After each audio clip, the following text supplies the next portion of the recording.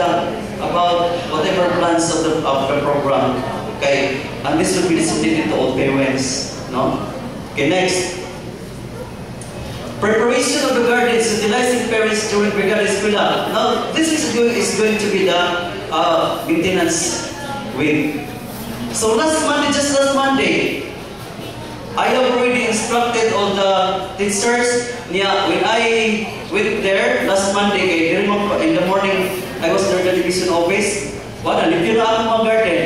Doon na mga plants karon, doon na mga vegetables pa karon. So, wala, limpyo na. Ready for that. By this coming June, I will be harvesting this coming June sa akong mga existing na akong mga vegetables. So, by this coming June, after that, so what na? Mananong na sa for another cropping. Okay, gulay sa front is a yearly, this is a year-round, year-round. No? So, i-prepare na nyo laan. So, i-prepare na nila. Kaya, di ba naging mga parents, during the post-general assembly, ka ng mga March, one of the agenda there, yung gulayan sa paralan. Nga, first, during our maintenance week, Monday will be the first grade 8, grade 7. Yeah, Tuesday, grade 8. So, inform during the post-general assembly na to. Every general assembly, whatever general assembly, season general assembly, this will be included as a agenda. Okay? Often reminding the students the importance of the project after the flag ceremony. Sige kung nagyaw-yaw after the flag ceremony. Manang gani sila mga teacher, after the flag ceremony, when Sir Dake announcement, naagyon. Okay, next. Asking also the table operators at least one garden. Income must be utilized for feeding a certain percentage. The rest will be IGP for their section for that. Like for example, the Christmas party. Okay, next. Educating students and parents how to use organic farming. Now, si Sir Chris ganina introduced the different natural farming. Ang among gi-apply dito is kani sa pesticide, kani ra nga magmad di kakao, ang dahon ang nagipanguha niya. Utang na sa tubig, niya amo nang gihulong in 1 week or more than a week. Pwede na rin ibumba as insecticide. Niya ari sa katong sa iyang fertilizer, ang katong fish amino acid, pero wala na mo pinagpalit og isda, katong hasang reg padala ng mga bata og hasang din kanang tinai. Niya sa bulan na sila. Kanang molasses to na sa north. That is when na mo tanag molasses, di kita kaya sa south. Kay wa may kanang tubo, kanang sa tubo bitaw. Na mga baligyan, pero di kita kaya dito. Kay ang instead of molasses, ang atong gi-apply sa kalariwan is kay pag-contributor mo ng mga bata, kanang mas kubado. So isabot na siya, so mawala gid ang kuwan, mawala gid ang iyang baho sa isda. After a week or more than a week, tanaw na mo, di na gina sa langsa. Yeah, muna siya. No? Unya, cleanliness must be attributed in this project. So construction of waste story in its school must be given priority. When I assumed the position as a school in Calariwa National High School, pagin na tanan. Kay Calariwa National High School was established last 2005. Yeah, when I assumed the position 2009, what did we say na ko? Just because of my intention to implement all these projects, ang akong commitment project is the waste depository. Because it's useless tayo if we keep on reminding the students, educating the students about cleanliness without teaching them also the proper segregation. Observe lang, palitan ng plastic, kung gawa nito ng provide ng waste depository. Hindi ka mapapit, habi na sa dito na pita, so na sa dito na pita, useless. That is why I am encouraging also, the best priority there is the waste depository with the proper segregation. Compartments na siya.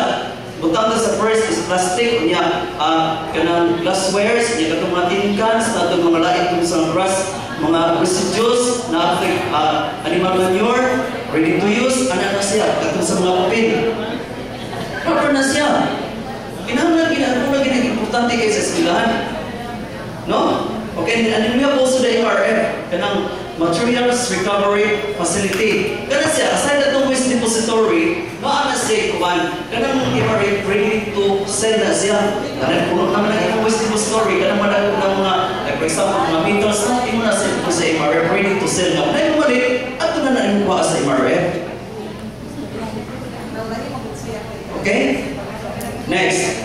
So sustainability of the project, constant monitoring. Can you implement a project to tell you? It's very easy to implement. But the problem there is sustainability of the project. Even our school now, we are still on the process of sustaining. Nga naman, kinakuha naman. Sige kung nag-proceed ng project, thinking back na ang aking isuda na nakaot na sa. So the most important there is the sustainability of the project.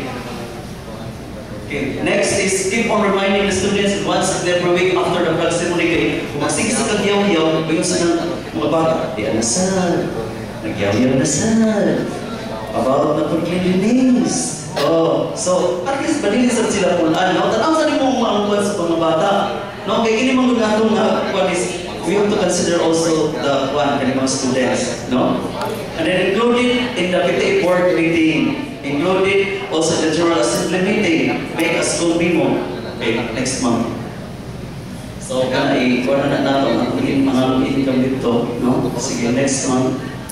So, problems on the implementation. Some of the parents are not cooperating, livestock or wildlife. Ito na may poultry, na may mga goat racing, pero after mga 2 years siguro, may buong naminig ka pa, namamati ang kandi, kasi siguro katong mga wildlife, nagkaiba na siguro sila na ay ganito mga livestock, no? So, wala na lang yung mga kayo na, no?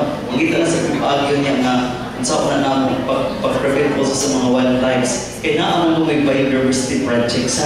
Siguro kung yung traffic na sa niya, no? But anyway, we cannot expect 100% from the students to cooperate.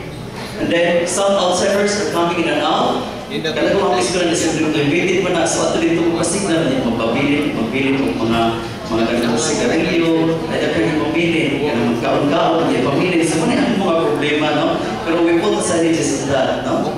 Next, ma'am. Interventions. Keep on educating the parents during General Assembly, whatever projects in school. Then we keep on cleaning the surroundings to prevent the wildlife. Keep on reminding and educating students, outsiders, and percentages warning about the project. Okay, next one. Biodiversity research development for the high school project. Our school is the recipient of the Biodiversity Research Development for High School project, sponsored by Soil and Water Conservation Foundation, funded by Foundation for Philippine Environment. In the South, we are the only school, secondary school,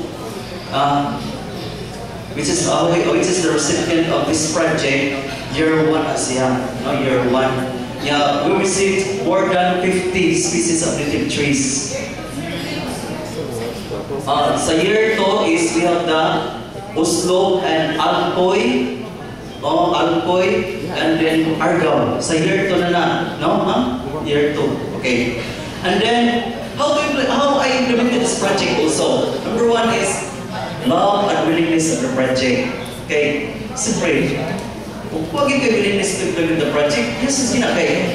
Pinato ka ang recipients of year 1, ma'am. Yeah, there was one school in Puhor na di-out kay they are not implementing the project.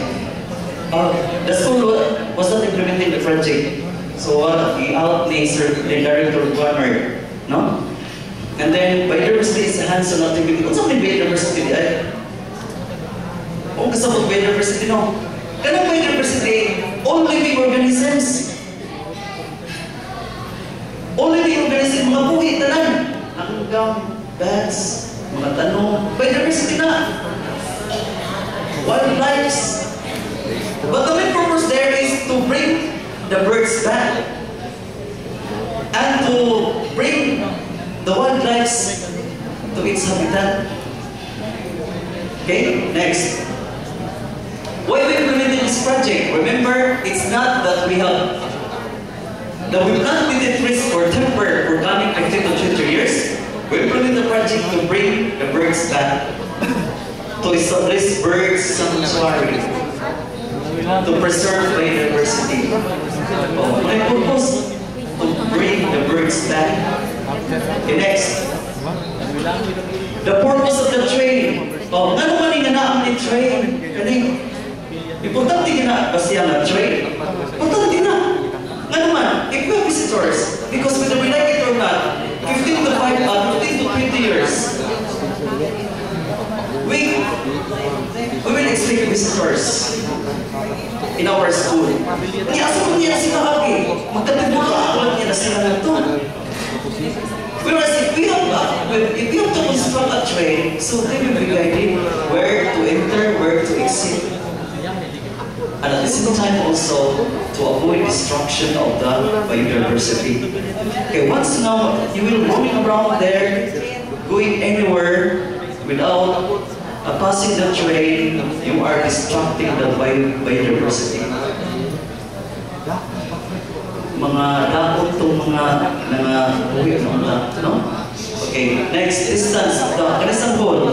Kaning hall na to, in our school, 3 meters wala siya. Because the purpose is for the biodiversity. Pero if your purpose is timber, para number, so of course, ang para register is more or less mga 5 meters in distance between one hall to the other. No? So, next, explaining to the students and parents about the importance of the project, asking all teachers to integrate the different subject areas. Okay, next. Dengue champions. So many more dengue champions. We have the insect, bats, quacknet, the birds, the spiders, the frogs, the lizards. Many more dengue champions. Now in our seminar in Pilar Hall, 3 days in our visit of the biodiversity, we never experienced bite from the mosquitoes.